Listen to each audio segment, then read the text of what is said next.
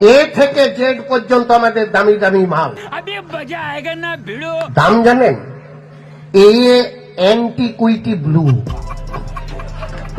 বেশি বললাম না। A antiquity blue, BA blender sprite, দাম জানেন 1000 টাকা বোতল। তাও ব্ল্যাক ডগ বলি নাই, নাহলে 5000 টাকা।